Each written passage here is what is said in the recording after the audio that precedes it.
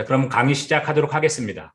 먼저 전문가 제 이력에 대해서 잠깐 간략하게만 소개한다면요. 여기에 있는 내용을 가지고 일단 대체하도록 하고요. 여기서 중요한 거는 저는 이제 큰 기업 그리고 중소기업 엔터테인먼트에서 회사에서 총괄 이사 업무를 했고요. 현재 스타트업 운영을 하고 있어서 이러한 경험을 바탕으로 10억 이상의 프로젝트에 다수 심사에 참여를 했습니다.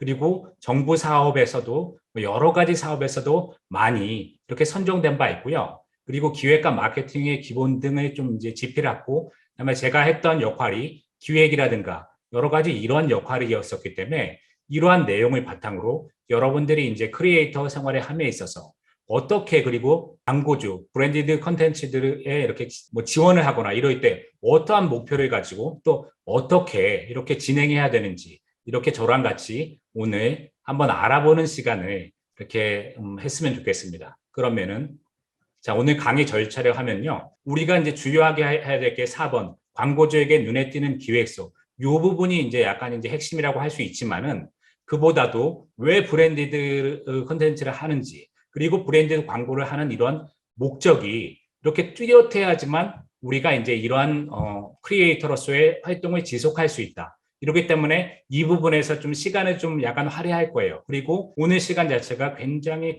강의 듣기가 가장 어려운 시간대고 또 밖은 굉장히 춥고 이러기 때문에 제가 이제 여태까지 생각했던 내용이라든가 여러 가지 내용들을 좀 이제 추가해서 여러분들에게 도움이 될 만한 내용을 그렇게 이제 말씀드리겠습니다. 그리고 이제 세 번째 보면은 왜 광고주의 시야에 맞춰야 되는지 그 부분에 대해서 이제 말씀드리고요. 그 다음에 이제 본론으로 넘어가서 광고주에게 눈에 띄는 기획서를 이제 자연적으로 이제 연결하겠습니다. 그 다음에 브랜디드 광고를 한 다음에 팔로우를 어떻게 해야 될지를 생각해 봤고요. 여기서 이제 저 같은 경우는 이제 새로운 메타법인이라는 메타버스 관련된 신규 법인을 또 이제 준비 중에 있거든요. 그러니까 왜 지금 크리에이터로서 이렇게 메타버스라든가 NFT 이런 쪽에서 여러분들이 확장을 해야 되는지 그런 이유도 조금 이제 곁들여 보겠습니다. 그러면은 자 브랜디드 컨텐츠를 해야 하는 이유 이 부분이 굉장히 명확하게 해야지만 여러분들이 이 컨텐츠 크리에이터로서의 역할을 계속할 수 있는데요. 그럼 왜 이렇게 계속해야 하는지 이걸 설명해 드리겠습니다. 자, 왼쪽에 보시면 메시 선수라고 여러분들 아실 거예요. 그리고 오른쪽에서는 잘 모르는 분이 축구공을 들고 있죠. 그러면은 여기서 한 가지 제가 질문을 드려보겠습니다. 프로와 아마추어의 개념이 여러분들이 어떻다고 생각해요? 어떤 점이 다르다고 생각하세요? 혹시 채팅창에 한번 적어보시겠습니까? 프로와 아마추어의 그 차이점을 채팅창에 한번 좀 남겨보세요. 그러면은 가장 중요한 게 프로랑 아마의 차이점은 역시 돈이라는 개념이 가장 중요할 것 같습니다. 자, 이 메시 선수는 1년에 연봉을 약 1,800억 정도를 받는다고 해요. 그리고 우리가 잘 아는 걸어다니는 그 기업이라고 불리우는 그 마이클 조던이라는 분은 여태까지 나이키라는 그 업체에서 약 1조 원의 그 광고비를 받았다고 합니다. 프로와 아마는 이렇게 금전적인 차이가 굉장히 큰 것입니다. 자, 그러면은 프로를 추구해야 되는지 우리가 아마추어를 추구해야 되는지 이렇게 생각해 보일 수가 있는데요. 이 아마추어가 우리가 아는 그 아마추어가 아니라 굉장히 좋은 의미로서 아마추어라는 단어가 된다는 것입니다. 아마추어라는 단어는 아마토르, 즉 라틴어 러버, 연인이라는 단어에서 이렇게 유래된 건데요. 돈이 아니라 그 일을 사랑해서 하는 사람이라는 그 뜻이 있습니다. 아마레 사랑하다, 아모레 사랑, 그다음에 프랑스어로 아모르 사랑 이런 의미를 추구하는 것입니다. 그러니까 돈은 이전의 거를 다시 돌려보면은 이 친구는 이제 돈을 받지 않음에도 불구하고 새벽 6시에 일어나서 조기 축구를 하고 그리고 축구에 대해서 연구를 하고 메시 선수나 이런 거를 통해서 이렇게 정말 굉장히 잘하는 것을 보고 굉장히 연마하는 그런 것, 즉 어떠한 금전적인 것이 없어도 자기 돈을 써서 이렇게 노력하고 이런 거를 일반적으로 아마추어라고 합니다. 그러니까 아마추어의 의미도 굉장히 좋은 것이죠. 그런데 우리가 크리에이터로 나아가기 위해서 과연 프로로 가느냐 아니면은 순수 아마추어를 지향하느냐 이 점이 굉장히 갈라지는 분기점에서 굉장히 중요합니다. 우리가 일반적으로 알았을 때 그 아마추어는 굉장히 좋은 의미고요. 그러니까 너 굉장히 아마추어 같아. 이것은 굉장히 단어가 잘못 쓰인 것이고 굉장히 너 대충 하는 것 같아. 이렇게 표현해야 될 것 같습니다. 프로는 자신의 그 가치를 높이고 그다음에 여러 가지 연봉이라든가 이런 거를 높이기 위하여 끊임없이 노력하는 사람입니다. 하지만 옆에 보면은 이 순수 크리에이터 같은 경우는 이 국경 없는 의사회라든가 아니면 뭐 종교적인 이유라든가 여러 가지를 가지고 아무런 대가가 없음에도 불구하고 최선을 다해서 뭐 이렇게 영상을 올려서 여러분들에게 뭐 불쌍한 사람임을 알리거나 이런 쪽에 이제 두 가지 쪽으로 가야지만 우리가 이거를 지속할 수 있는데 문제는 이 순수 크리에이터 같은 경우는 사명감이 없으면은 포기한다는 것입니다. 일반적으로 제가 뭐 음악을 아무리 좋아하고 아무리 뭐 그런 거를 좋아해서 아마추어로서 이렇게 영상을 올리더라도 시간이 가면은 시간과 열정과 그리고 돈과 노력이 깃들여야 되기 때문에 지속할 수 없다는 것입니다. 프로가 아닌 이상. 저도 음악을 좀 좋아해서 작곡을 막 배워보고 여러 가지 활동을 많이 했습니다. 그런데 지금은 이제 여러 가지 뭐 사업도 바쁘고 일도 바쁘고 그렇기 때문에 그런 일을 거의 못하고 있습니다. 이렇게 프로 크리에이터로 지향하지 않는다면은 우리가 이 사업을 지속할 수가 없다는 것이죠. 그래서 우리는 처음에 이제 브랜드 그 기획을 할 때 프로 크리에이터라는 그것을 확립해야 된다는 것입니다. 자, 프로 크리에이터로서 몸값이 올라가는 경우를 좀 생각해 볼 수가 있겠죠. 혹시 그 몸값이 올라가는 경우가 어떨 때 몸값이 올라갈 것 같으신지 한번 채팅창에 한번 적어 보시겠습니까?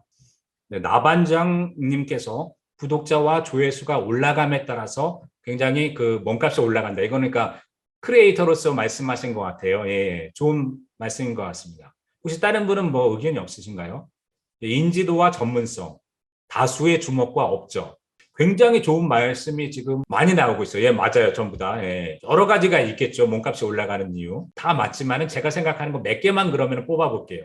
여기 보면은 이 정수빈 선수라고 두산 베어스의 타자입니다. 이 친구가 두산 베어스를 상징하는 정도로 인기가 많고 여러 가지가 굉장히 좋았습니다. 하지만 실력에 비해서 연봉을 굉장히 많이 받았다고 평가를 받고 있습니다. 6년에 56억이라는 그 연봉을 받았거든요. 근데 이 친구가 작년에 그 연봉 평가를 했을 때 40억 정도로 이제 그 책정을 하거나 아니면 45억 뭐 이런 정도로 시장에서는 평가했던 것 같습니다. 그런데 하나 이글스라는 팀이 붙으면서 막 그 연봉 자체가 엄청나게 뛰었다는 것이죠.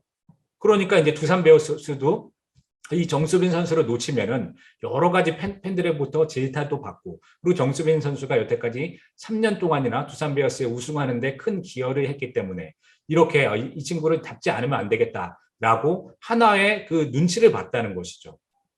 결국은 경쟁이 붙으면은 몸값은 올라간다는 것입니다. 그러니까 여러분이 만약 이걸 크리에이터로서 적용해 본다면은 여러분이 브랜디드 컨텐츠 이런 거를 굉장히 잘했어요. 그러면은 여러분의 시간과 노력은 한정되어 있는데 그 기업들은 한정되어 있다는 것이죠. 예를 들어서 여러분이 뭐 통신사랑 이제 그 계약을 맞다고 하더라도 여러분이 브랜드가 굉장히 그 입소문이라든가 인지도가 높아지면은 여기 인지도라고 그렇게 해서 인지도가 이렇게 높아지면은 경쟁에 붙을 수가 있습니다. 이렇게 되면은 뭐 100만 원, 뭐 50만 원 이런 정도로 시작하다가 이 크리에이터로서 프로 크리에이터의 장점은 한계가 없다는 것이죠. 이 금액이 어디까지 뛸 수 있는지를 모른다는 것입니다. 그리고 이 시장 자체가 굉장히 커지고 있기 때문에 여러분께서는 이 프로 크리에이터로서 그 정체성을 명확히 할 필요가 있다는 것입니다. 두 번째, 시장이 커야 되는 것입니다.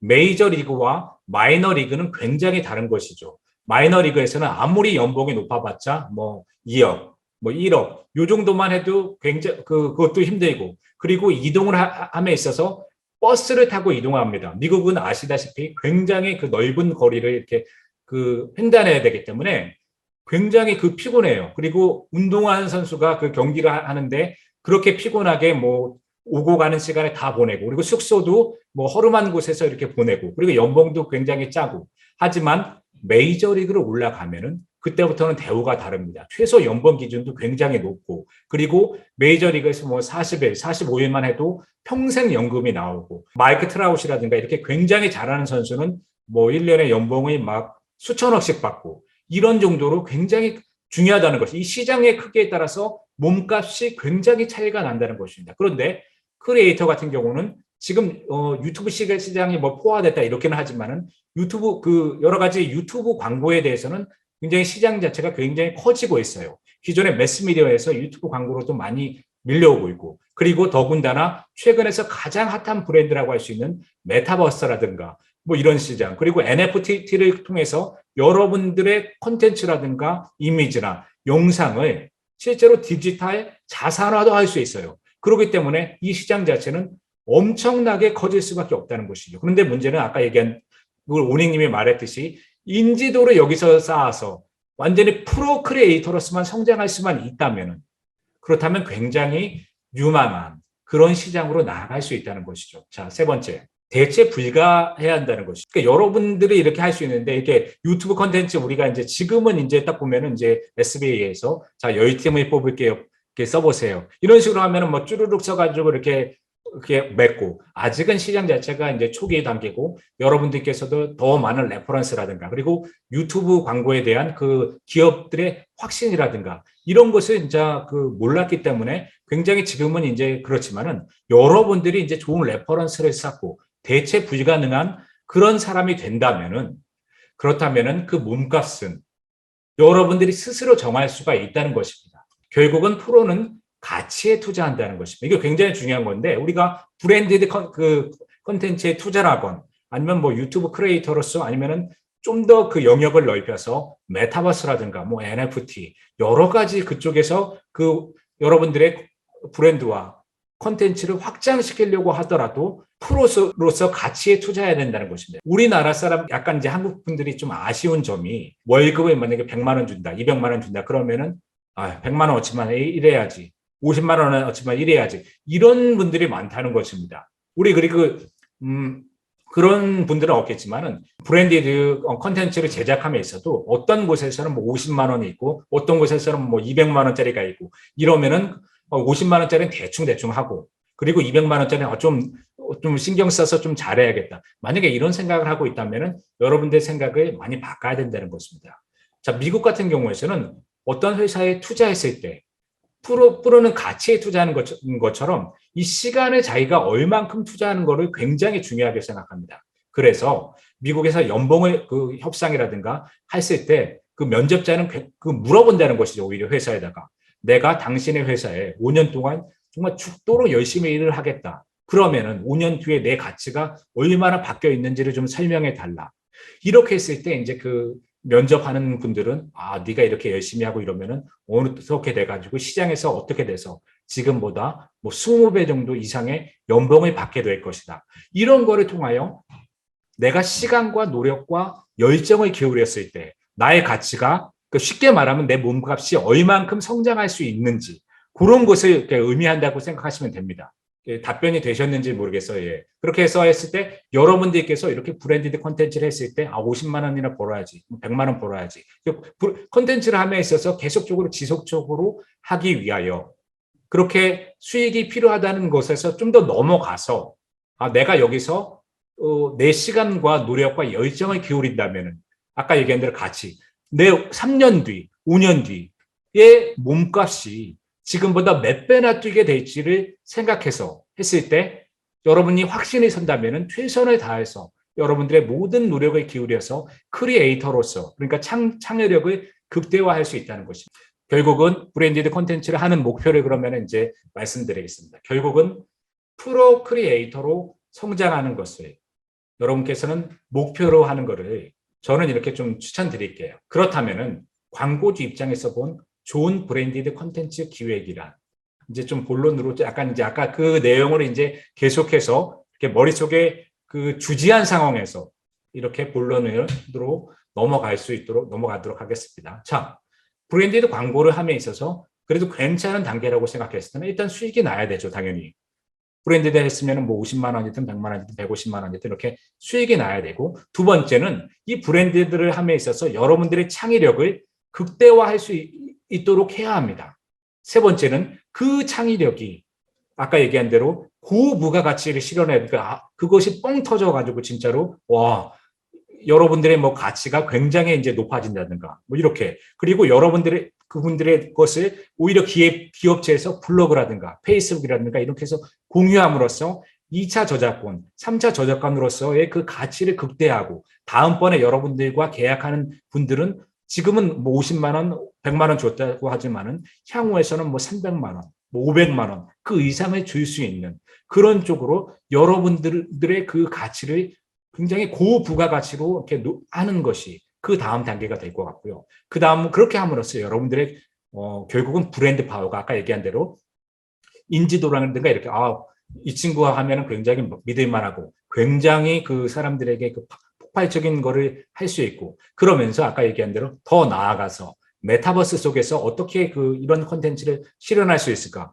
이런 쪽으로 좀 더 브랜드를 확장시키고 나서 NFT 아까 얘기한 대로 약간 이제 뒤에 뒷부분에서 설명하겠지만은 디지털 이렇게 로 이제 여러분들의 자산화하는 것입니다. 그래서 여러분들의 영상이라든가 아니면 이미지를 NF화, 그러니까 어떠한 디지털 속에서 여러분들이 이것은 내가 만든 것이다라는 그 고유한 값을 갖는 그러한 이제 자산으로 만들 수가 있다는 것입니다. 여기서 우리가 알아야 될 것이 이 그래프를 보시면은 박리담에는 굉장히 고달프다는 것이죠. 수익만을 위하여 한다면 결국은 여러분들은 지칠 수밖에 없습니다. 무조건 개수만 늘려서 회당 50만 원에서 150만 원으로 계속 할 수 있겠죠. 그리고 여러분들이 레퍼런스가 많다거나 아니면 유튜브 뭐 회원분들이 많다거나 이런 식으로 한다면은 이 50만 원에서 100만 원 정도의 수입은 계속해서 이렇게 만들 수도 있을 것입니다.